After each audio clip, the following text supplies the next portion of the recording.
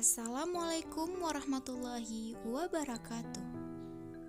Hai teman-teman semuanya, bagaimana kabarnya? Semoga kita semua selalu dalam lindungan Allah Subhanahu wa Ta'ala. Sebelumnya, perkenalkan nama saya Katrunada dari Prodi Manajemen Keuangan Syariah Fakultas Ekonomi dan Bisnis Islam Institut Agama Islam Negeri YIN Langsa. Maksud dan tujuan saya membuat podcast ini sebagai salah satu persyaratan KPM atau Kuliah Pengabdian Masyarakat berbasis DR Medsos. Kali ini saya akan membahas tentang efektivitas pembelajaran pendidikan anak usia dini pada masa pandemi. Nah, teman-teman sekalian sudah mengetahui kan bagaimana bahayanya virus corona? Indonesia merupakan salah satu negara yang terkena dampak virus corona atau COVID-19, mulai dari kehidupan masyarakat, kehidupan kesehatan, ekonomi, keagamaan maupun dunia pendidikan. Dampak virus corona dalam dunia pendidikan bisa terlihat pada kebijakan pemerintah pusat hingga daerah memberikan kebijakan untuk meliburkan seluruh lembaga pendidikan dari tingkat pendidikan anak usia dini sampai dengan perguruan tinggi. Hal ini dilakukan sebagai upaya mencegah meluasnya penularan virus corona. Penyebaran virus corona menuntut para pendidik untuk lebih kreatif mengelola pembelajaran yang telah ditetapkan secara daring atau online, sehingga proses pembelajaran tetap berlangsung. Bahkan anak usia dini juga harus dituntut untuk lebih kreatif dalam mengelola pembelajaran secara online. Belum usainya masa darurat pandemi COVID-19 membuat masyarakat resah, apalagi pendidik PAUD yang harus ekstra mempersiapkan segala sesuatu untuk kebutuhan pembelajaran online. Meskipun peserta didik berada di rumah, pendidikan harus tetap berjalan kan? Nah, adapun kebijakan yang dilakukan, pendidik dituntut untuk mendesain media pembelajaran sebagai sebuah inovasi dengan memanfaatkan media daring.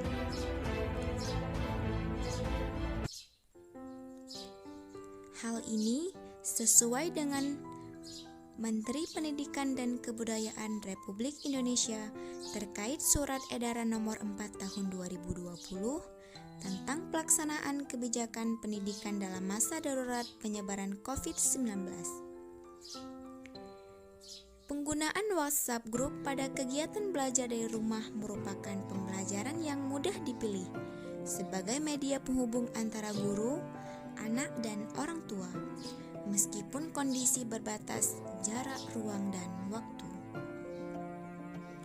Metode pembelajaran ini menggunakan WhatsApp bisa melalui fitur pesan teks, pesan suara, panggilan video, menerima dan mengirim gambar, video, dan dokumen file. Dan bisa juga menggunakan atau memanfaatkan media online berupa Facebook, Zoom Meeting, Google Meet, dengan membuat perencanaan kegiatan yang dapat diambil oleh orang tua dengan memperhatikan protokol kesehatan. Lalu, apakah efektif pembelajaran anak usia dini pada masa pandemi? Proses pembelajaran dari rumah melalui pembelajaran online idealnya tetap dapat memenuhi kebutuhan belajar siswa untuk mengembangkan bakat dan minat sesuai dengan jenjang pendidikannya. Untuk mewujudkan hal tersebut diperlukan kesiapan pendidik, kurikulum yang sesuai, ketersediaan sumber belajar, dan jaringan yang stabil, sehingga komunikasi antar anak didik dan pendidik dapat efektif. Pengajar adalah pihak yang paling bertanggung jawab terhadap berlangsungnya komunikasi yang efektif dalam pembelajaran. Namun, orang tua juga memiliki peran sangat besar sekali dalam pendidikan anak.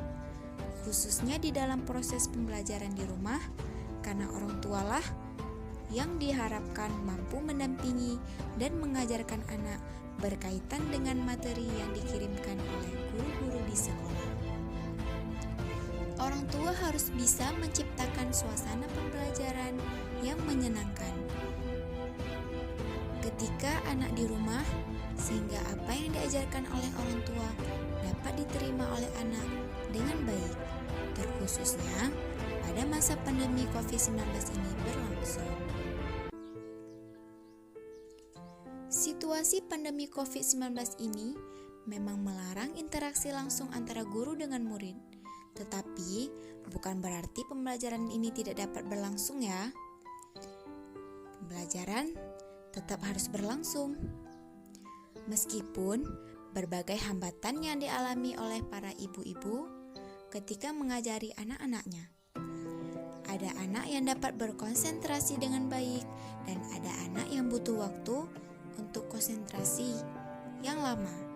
Apalagi yang mengajarnya adalah ibunya sendiri, sehingga terkadang anak tidak memiliki rasa takut pada ibunya. Orang tua adalah tempat anak belajar pertama kali. Orang tua harus siap menghadapi anak-anak dengan segala tingkahnya. Dalam proses pembelajaran di rumah, pastilah anak mengalami kecemasan, stres, sedih, bosan, jenuh, dan perasaan lainnya itu sudah pasti. Maka dari itu, orang tua dituntut untuk mampu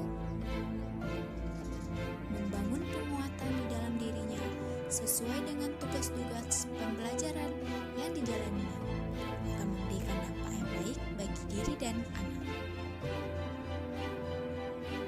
Oleh karena itu, orang tua diharapkan sekreatif mungkin dalam mengajarkan anak, sehingga pembelajaran dan tugas yang diberikan oleh para guru di sekolah dapat dikerjakan anak dengan baik.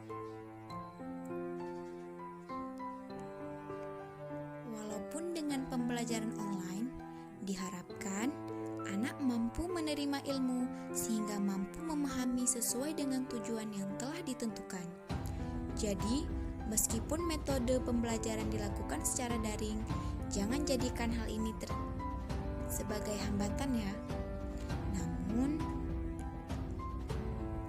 jadikanlah hal ini sebagai motivasi dalam mengembangkan strategi-strategi dalam metode pembelajaran secara daring. Dan orang tua juga harus tetap mengawasi anak, tidak hanya dari segi pembelajaran, tetapi orang tua juga harus mengawasi kebersihan anak, tetap memakai masker, menjaga jarak, dan mencuci tangan sebagai antisipasi penularan